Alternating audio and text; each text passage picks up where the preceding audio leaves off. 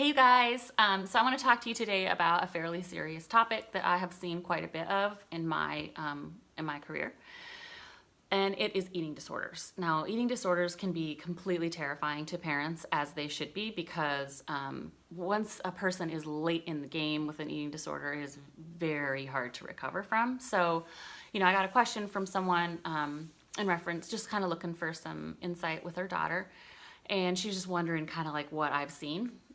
So there's a few things. There's a few components. I'm sure there's more. I'm not a psychologist. I'm not a psychiatrist.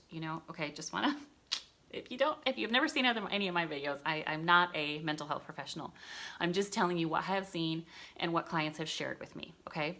So there is a fear component, there is a self-hatred component, and there is a control component. Okay. So sometimes when kids feel really out of control, they will take control over what they do have control over, and that is eating, not eating, overeating. Then sometimes they will overeat and then binge, or they will work out way too much, takes laxatives, they will do all sorts of stuff. So they use that as control. Well, then what happens is they will lose weight. And there's the hook, because they've lost some weight and they're like, oh my gosh, like, I don't want to lose that. So now they become terrified of food. So that's what sits with them. Now, this can also start from self-hatred. Okay. Now, who knows where it came from, but you can kind of look at your child and think about what happened. Excuse me. So they might have had some abuse in their life. If a child is abused, it is very easy for them to feel shame. Shame says, I did something bad, and they didn't. I mean, I had to even use the word victim, because I don't want people to think that somehow they're powerless to overcome it, because they can. Yes, that happened to them, but they don't have to live there, if that makes sense. So I just want to be careful with that word. So there's those components. Okay, so now there's some things that you could do that are detrimental to them. So number one is to be very confrontational with them. Guys, they already feel shredded inside. They do not need somebody in their face about it.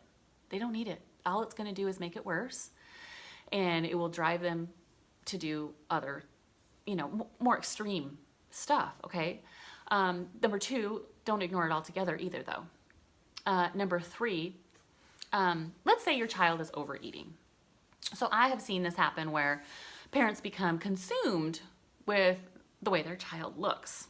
And I don't know if it is a reflection, like they feel like, well, gosh, if my child is overweight, what does that say about me? Or, or I was overweight as a kid and I don't want them to feel that way.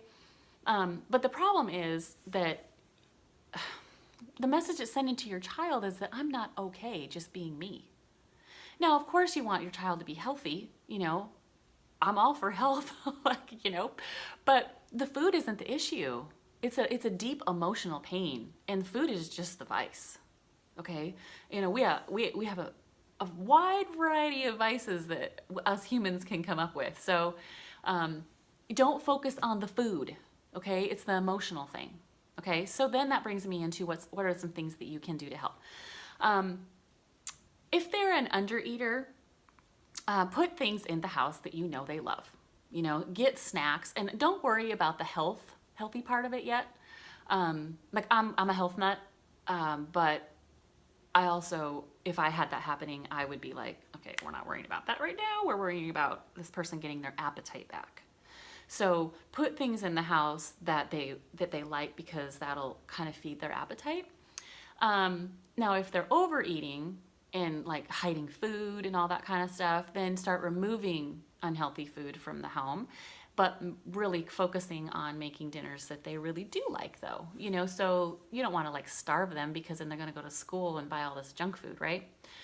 So I had this friend that she was divorced from her kid's dad, and one of the kids was struggling with their weight, and the dad just got over focused on it, and what it did is it kind of created a spiral.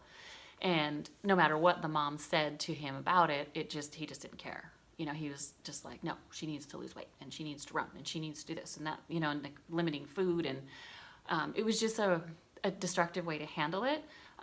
So what you want to do though is instead of being confrontational about it, you just want to start doing some things with your kids. Like if they're overweight, just start like integrating some hiking into your weekends and going for walks after dinner, and just kind of gradually do that.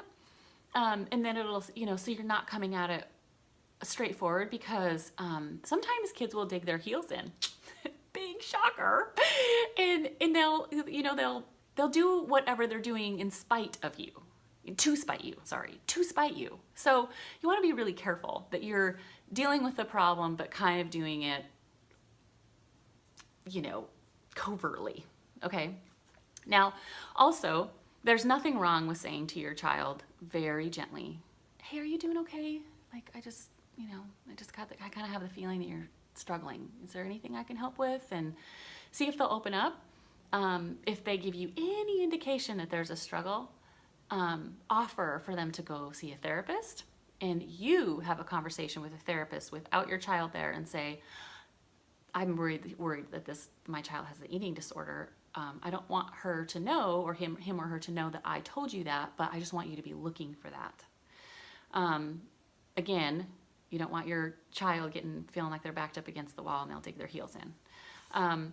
But knowing that this is kind of a self-hatred thing, just love on your kids, build them up, find any opportunity to build them up. Be willing to go to great lengths for them. Like, for example, in middle school, girls have an infinite amount of ways of being mean. I'm sure boys do too. I'm not a boy, so I'm not sure. But there are some times where it is appropriate to pull your kid out and homeschool for a year. And you might think that's extreme, but so is an eating disorder. Okay? If they are just being that hammered at school, they really need to know that they have other options. Okay? We have kids that are committing suicide because of what's going on at school. That's not okay. And as parents, we need to be able to give them options. Be creative about what you can do. Maybe you can change schools. You can put them in private school. Maybe homeschooling is what you're going to have to do for a little while to kind of get them through this difficult time. But your kids have this like desperate need to, one, be unconditionally loved, accepted, and known, right? But they also need to be unconditionally fought for. Okay? They need to see the depths of your love for them by the lengths which you will go for them. Does that make sense? So do what it takes, no matter what it is. I don't care how extreme it is, you've got to do it, because that's what they need. Now, this can apply to any addiction. This is just their vice, right? There's addictions of all kinds. You got to get creative about it. Now, one last thing I will say is, if you get your child into something like CrossFit, like I love CrossFit. So if they get into that and they really like it, what's going to happen is they're going to figure out if they don't take care of themselves, then they can't perform and they won't get better. And if they're even a little bit competitive and they like it, then it's going to be another catalyst to help them make the choice that they don't want to do this anymore, because it's hampering their results. Does that make sense? So, get creative, but love on them. Like, just, make sure that you make some changes in your life and your schedule, that you are present when you're with them, that you are asking good questions, that you are having fun together. Now, I can't even tell you how beneficial and healing fun is, okay? When a person feels that much joy, it begins to heal a person. It does. And so try to find things where you are just having a blast together. Now, that might mean that you're going to have to take one for the team and do what they like to do, and you might just hate it, but make it fun. Don't ever let them know that you're not having fun, because that doesn't help either. So those are just kind of some things that off the top of my head that I feel like have been shared with me, that I just hate eating disorders. I just feel like they are evil. I mean, if you are a praying person, you better pray your brains out, because this is a divine problem that only a divine person, God, can help. Okay, so just pray that, you know, their heart would change, that they would have a different view of food, that, you know, that God would put people in their life to help fill that emotional bank account so that they don't feel so empty and icky inside. They would put people in their life to encourage them, and that he would remove people from their life that are destructive to them. You know, and maybe you have some destructive habits that aren't helping. So it really takes a strong person to be able to look at yourself and go, you know what? I am not helping the situation, you know? One thing that I have seen with moms is they become over-focused about their appearance, because that's a shame trigger for girls and women, is as our appearance. You know, for men, it's appearing weak. You know, for us, it's our appearance, and we you know, attack other women over appearance, and we've been attacked. And so sometimes maybe our daughters have seen us make, you know, disparaging remarks about ourselves, or, you know, changing clothes and mumbling under our breath that we look fat, or, you know, constantly being on a diet. No.